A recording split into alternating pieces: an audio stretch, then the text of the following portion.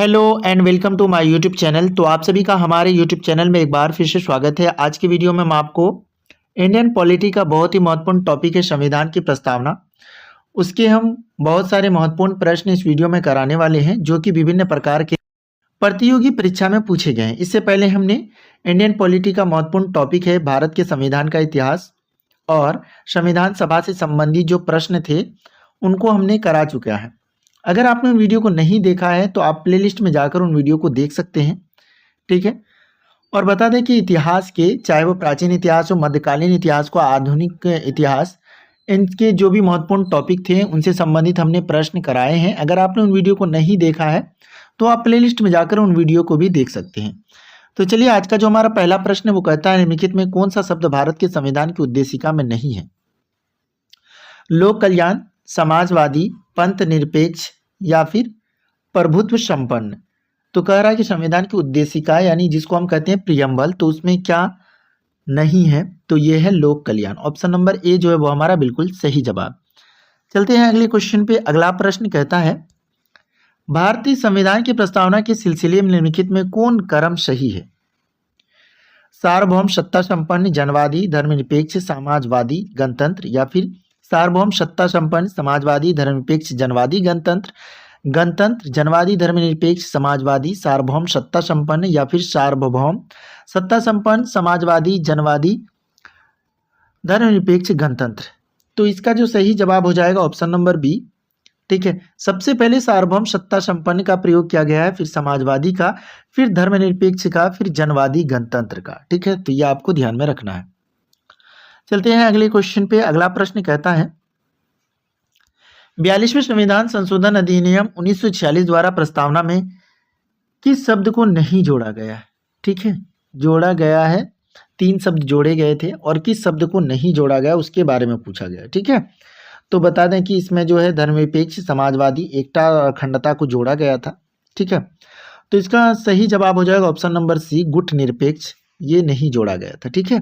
और 1942 का जो 42वां संविधान संशोधन है उसको मिनी कॉन्स्टिट्यूशन भी कहा जाता है, लघु संविधान।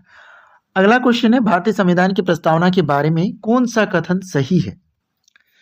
उक्त शब्द 1985 संशोधन द्वारा जोड़े गए हैं, उक्त संविधान की प्रस्तावना के अंग नहीं है, समाजवादी, धर्मनिरपेक्ष शब्द 1950 में लागू संविधान के अंग थे, उक्त शब्द 1976 में संशोधन द्वारा जोड़े गए। तो भारतीय संविधान की प्रस्तावना में कौन सा कथन सही है? ठीक है, इसमें पूछा गया सही है, तो उक्त शब्द 1976 में संशोधन द्वारा जोड़े गए। ऑप्शन नंबर डी जो है वो हमारा बिल्कुल सही जवाब है।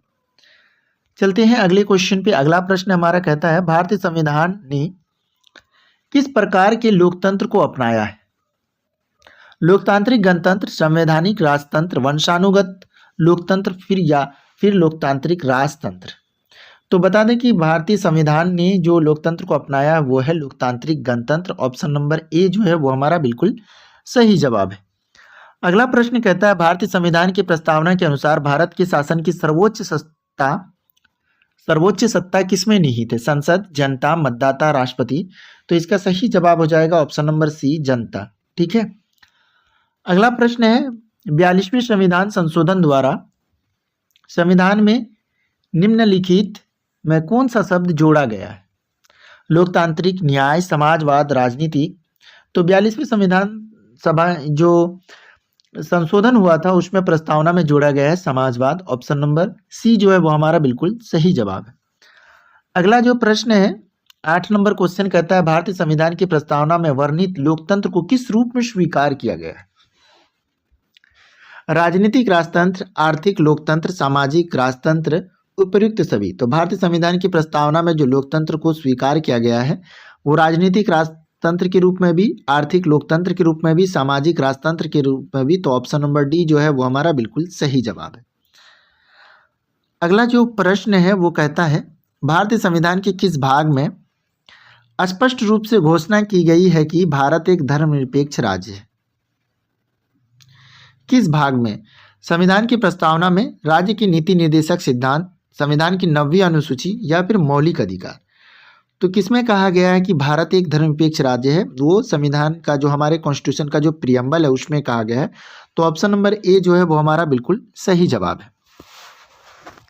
ठीक है, चलते हैं अगले क्वेश्चन पे, जो हमारा 10वां नंबर क्वेश्चन कहता है संविधान की प्रस्तावना में प्रयुक्त शब्द सेकुलर का अर्थ है सभी धर्मों की अस्वीकृति, सभी नागरिकों को धर्म एवं उपासना की स्वतंत्रता, एकेश्वरवाद, बहुदेववाद। तो ये है सभी नागरिकों को धर्म एवं उपासना की स्वतंत्रता है, मतलब वो कोई सा भी धर्म अपना सकता है, ठीक है, किसी भी धर्म में जा सकता है, किसी भी धर्म को छोड़ सकता है, ठीक है, और किसी भी धर्म को मानने की उसकी स्वतंत्रता। अगला क्वेश्चन है 11 नंबर प्रश्न कहता है भारतीय संविधान की प्रस्तावना में लिखित हम भारत के लोग यानी we the people of India के से क्या अर्थ निकलता है।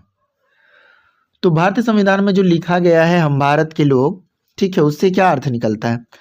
भारत का संविधान भारत की जनता की सहमति पर आधारित है, भारतीय गणराज्य की प्रभुसत्ता जनता में निहित है, संविधान का निर्माण भारत की जनता द्वारा हुआ है, ठीक है। तो ऑप्शन नंबर सी जो है वो हमारा बिल्कुल सही जवाब है। अगला प्रश्न है समाजवाद का अर्थ है। तो समाजवाद का क्या अर्थ है। सोशलिज्म का सामाजिक स्पर्धा, सामाजिक नियंत्रण, राष्ट्रीयकरण, सामाजिक न्याय। तो समाजवाद का जो अर्थ है वो है सामाजिक न्याय, ऑप्शन नंबर डी। अगला प्रश्न है भारतीय संविधान में समवर्ती सूची किसके संविधान से ली गई है। Australia, USA, Canada, Germany. तो बता दें कि समवर्ती सूची जो लिया गया है वो ऑस्ट्रेलिया से लिया गया, ऑप्शन नंबर ए। अगला प्रश्न है भारतीय संविधान की आत्मा किसे कहा जाता है।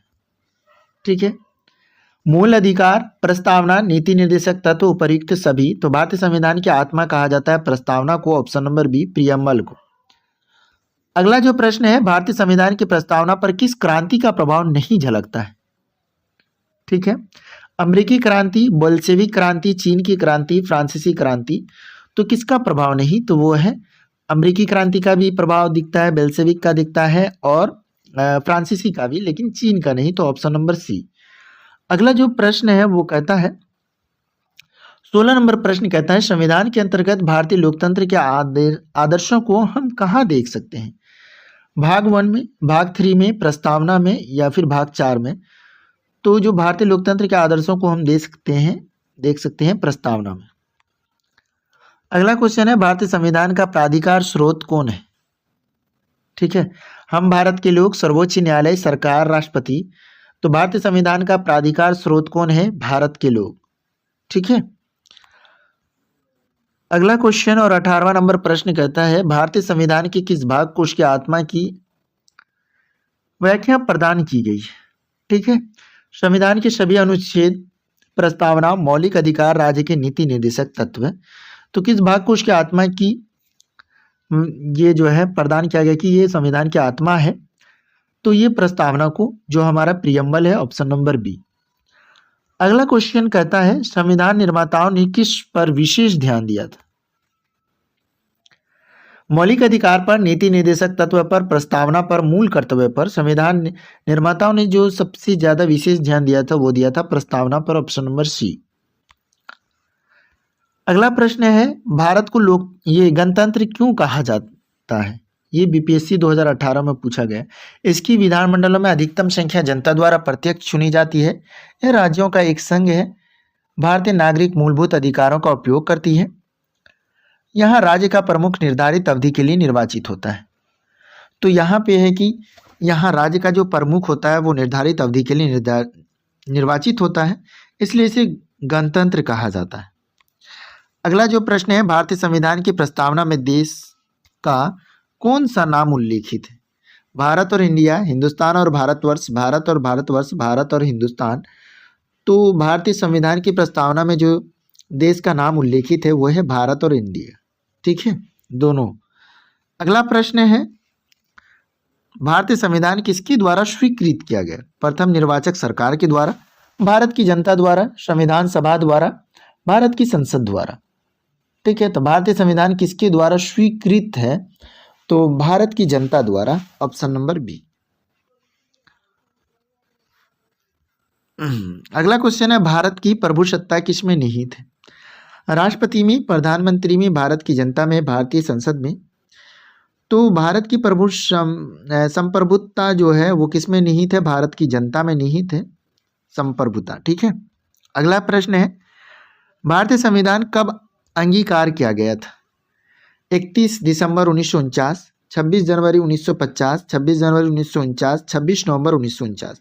तो यहाँ पे पूछा है अंगीकार, तो ये हो जाएगा 26 नवंबर 1949। जब वही पूछता है कि भारतीय संविधान कब लागू किया गया है, वो 26 जनवरी 1950 हो जाएगा।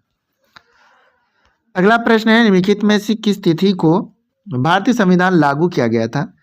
तो ये लागू किया गया था कब? तो इसका सही जवाब है ऑप्शन नंबर ए, 26 जनवरी 1950 को लागू किया गया है। आप सभी को पता है, इसलिए हम प्रतिवर्ष क्या करते हैं, गणतंत्र दिवस मनाते हैं। अगला प्रश्न है, किस वर्ष भारत एक प्रभुत्व संपन्न प्रजातांत्रिक गणराज्य बना?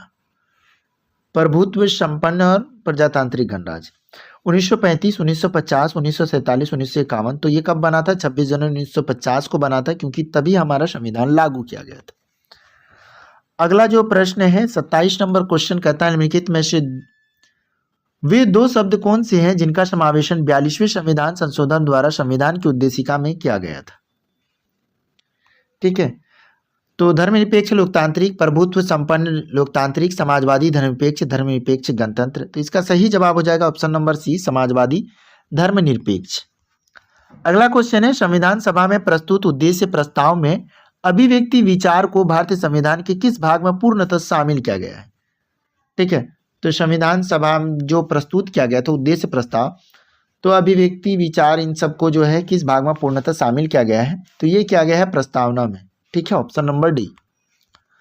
अगला क्वेश्चन है, भारतीय संविधान की प्रस्तावना से क्या स्पष्ट नहीं होता है? संविधान को लागू करने की तिथि स्पष्ट नहीं होती है। ठीक है, संविधान को अंगीकृत, अधिनियमित और आत्मार्पित करने की तिथि, संविधान का स्रोत, शासन के ध्येयों का विवरण। तो प्रस्तावना से क्या स्पष्ट नहीं होता है कि संविधान को लागू करने की तिथि क्या है, यह स्पष्ट नहीं होता है।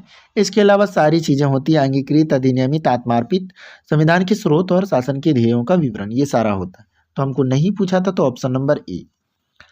अगला प्रश्न है निम्नलिखित में से किन उद्देश्यों को भारतीय संविधान उद्घोषित नहीं करता है?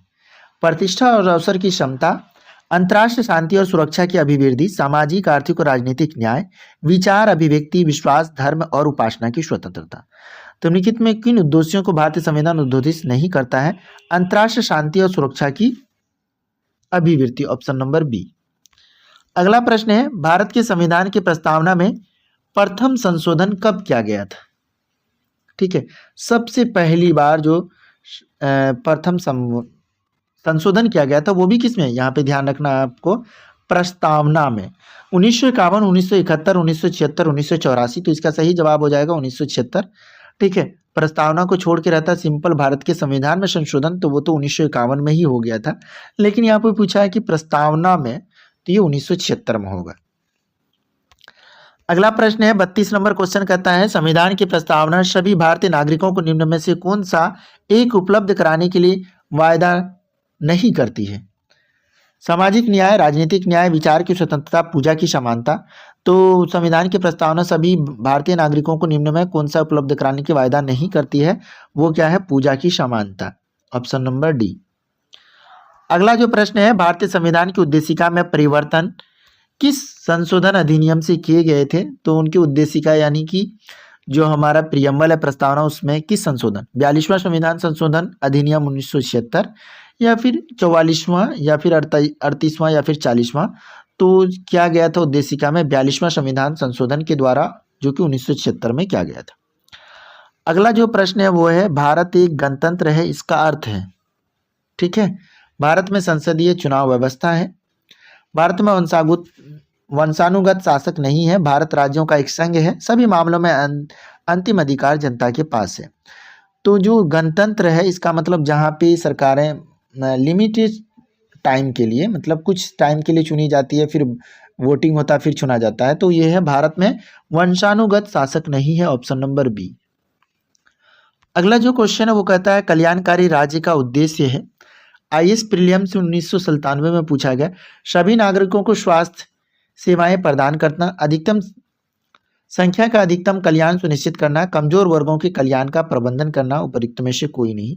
तो कल्याणकारी राज्य का उद्देश्य जो कमजोर वर्ग है उनके कल्याण का प्रबंध करना। अगला जो प्रश्न है, भारत को एक गणराज्य मुख्य रूप से माना जाता है क्योंकि उसे 15 अगस्त 1947 को स्वतंत्रता मिली, उसका अपना लिखित संविधान है, उसकी सरकार संसदीय प्रणाली के अनुसार है, राज्यसभा का चुनाव होता है। तो भारत को एक गणराज्य मुख्य रूप से इसलिए माना जाता है क्योंकि राज्य अध्यक्ष का जो है, ठीक है, चुनाव होता है। ऑप्शन नंबर डी जो है वो हमारा बिल्कुल सही जवाब है। अगला जो प्रश्न है वो कहता है प्रस्तावना का वह प्रावधान जो सभी वयस्क नागरिकों को मतदान का अधिकार प्रदान करता है कहलाता है प्रजातंत्र, समाजवाद, गणतंत्र, पंथ निरपेक्ष। तो सभी व्यक्ति नागरिकों को मतदान का अधिकार प्रदान करता है वो है प्रजातंत्र। Option number A. अगला प्रश्न है भारतीय संविधान को संविधान सभा द्वारा अंगीकृत किया गया। तो ये क्वेश्चन दोबारा पूछा है। 15 नवंबर 1949, 26 नवंबर 1949, 15 अगस्त 1949, 2 अक्टूबर 1949। तो इसका सही जवाब हो जाएगा 26 नवंबर 1949 को भारतीय संविधान को अंगीकृत किया गया था।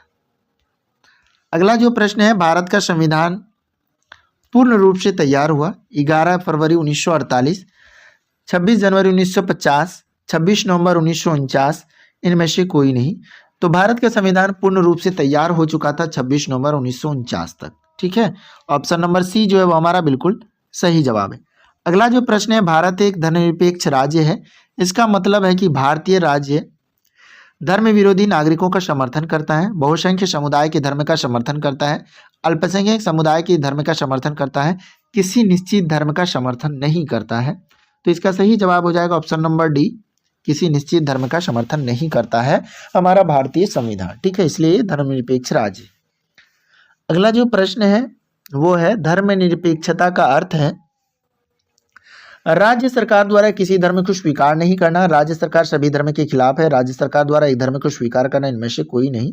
इसका सही जवाब हो जाएगा राज्य सरकार द्वारा किसी धर्म को स्वीकार नहीं करना। अगला जो प्रश्न है वो है 42वां नंबर क्वेश्चन कहता है गणतंत्र होता है संसदीय पद्धति शासन वाला राज्य, राज्य वहां पर जहां पर अध्यक्ष वंशानुगत रूप से न हो, केवल एक लोकतांत्रिक राज्य अध्यक्ष पद्धति शासन वाला राज्य। ठीक है, तो गणतंत्र होता है राज्य जहां पर अध्यक्ष वंशानुगत रूप से न हो, यानी वंश के अनुसार न हो, वहां पे वोटिंग हो और वोट के द्वारा चुना जाए। अगला प्रश्न है भारत की संप्रभुता, एकता तथा अखंडता को अक्षुण्ण बनाए रखने तथा उसकी रक्षा करने का प्रावधान किया गया है नीति निर्देशक सिद्धांत में, मूल कर्तव्य में, प्रस्तावना में, मूल अधिकार में।